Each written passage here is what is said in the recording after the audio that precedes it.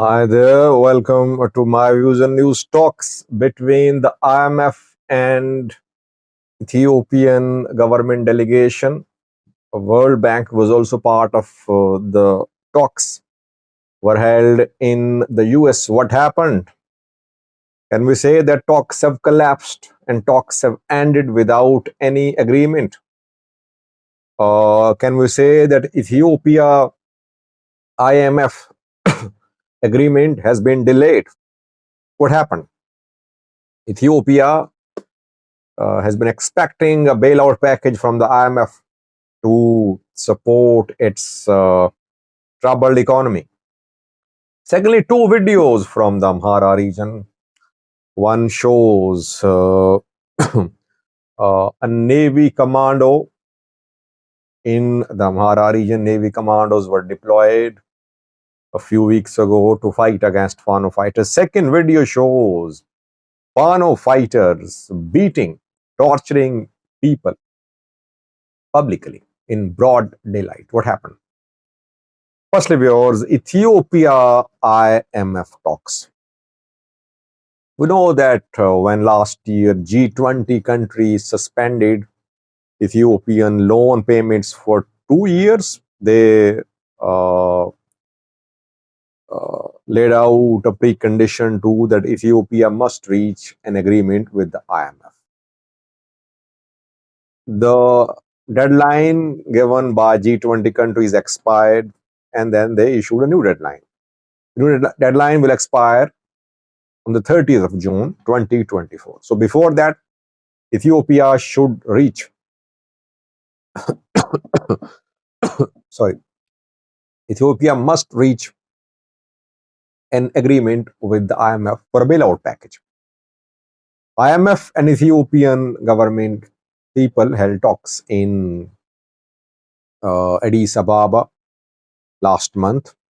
And then next round was held in the US, where both IMF and World Bank held talks with the Ethiopian government officials. Ahmed Shide, the finance minister, was there. Mamu Merato, the National Bank governor, was there too. Advisor to Ethiopian PM on economic affairs was also there. So it was a very high-powered delegation from Ethiopian finance department, which met with IMF officials in the US. What happened? So far, no agreement between Ethiopia and IMF. Though we heard from an IMF official, he said that talks were ongoing and some progress had been made, but there were still some differences between the positions of the two sides. But he hoped that the differences would be solved, gaps would be bridged. So far, no announcement of any agreement. So it seems that the Ethiopia IMF agreement is going to be delayed. What is the reason?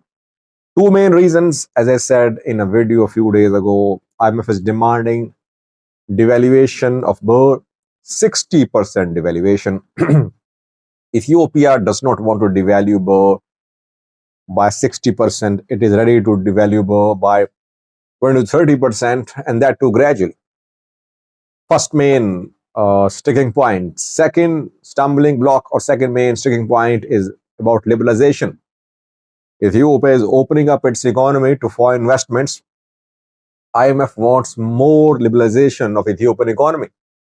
Though when foreign investors are allowed to invest in a country, local businesses suffer. So it seems that these two are main points. Ethiopian government is double-minded whether to agree to IMF's strict conditions like devaluation of birr or make efforts to resolve this issue on its own. Government, can it handle this economic crisis on its own by contacting its friendly countries, its friends in the international community? Difficult to say, though we know that Ethiopia has been in talks with some Middle Eastern countries. UAE and Saudi Arabia, asking them for a support, financial support, budgetary support of few billion US dollars. But Ethiopia is hoping to get assistance of around 10 billion US dollars. 3.5 billion from the IMF through a bailout package, 3.5 billion dollars from World Bank through grants, loans, and financing agreements, and around 3 billion in loan payment suspension from G20 countries. So, can Ethiopia arrange 10 billion from somewhere that it does not have to be part of IMF program? Difficult to say. So far, it seems that Ethiopia IMF talks could not reach any agreement. We cannot say talks have collapsed, but so far the news is not very promising for Ethiopia from the US, where talks have been held. Let's wait. Talks will continue. Maybe the two sides will reach an agreement in coming days, but so far no breakthrough reportedly. I want to share with you screenshots of two videos from the Amhara region. First video shows a Navy commando captured by Fano fighters. A few days ago, we heard that Ethiopian Navy deployed its commandos to fight against Fano fighters. The deployment was made to North Shoa zone of the Amhara region, confirmed by Ethiopian security forces. A video is in circulation showing a Navy commando captured by Fano fighters. Pro-Fano news sources are sharing this news. They are publishing, they are propagating this video, saying that this is how Ethiopian Navy commandos are fighting in the region, that they're being captured by Fano fighters. Second video shows Fano fighters torturing people. 3 men can be seen in this video being tortured by Fano fighters. Who are they? There are conflicting stories. Fano critics say that Amharas are torturing Amharas. Amhara Fano killing, torturing Amhara people. Fano fighters say that these people, 3 men, were committing robberies in the name of Fano. That is why Fano fighters arrested them. And Fano fighters punished them publicly to tell the people that there are groups, there are individuals who are operating in the name of Fano to malign Fano, to tarnish the image of Fano.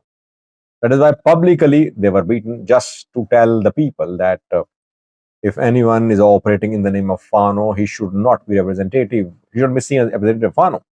Fano fighters are not involved in atrocities, public extortion, or criminal activities. So to send a message to people, these government-backed people were publicly punished. Well, we don't know if these people were operating in the name of Fano or not, but public torture is not an exception in Ethiopia. It's a norm. Security forces torture people publicly. They kill people publicly. Extrajudicial public killings have happened in Ethiopia in so many parts of the country. Then extrajudicial killing, then killings, public killings by armed groups are also happening. Several videos, pictures being shared showing armed groups killing people publicly.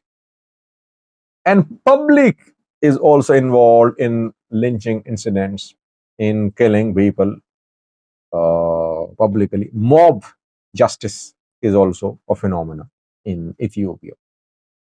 I think that public torture, whether by security forces, by people, by armed groups, should not be tolerated.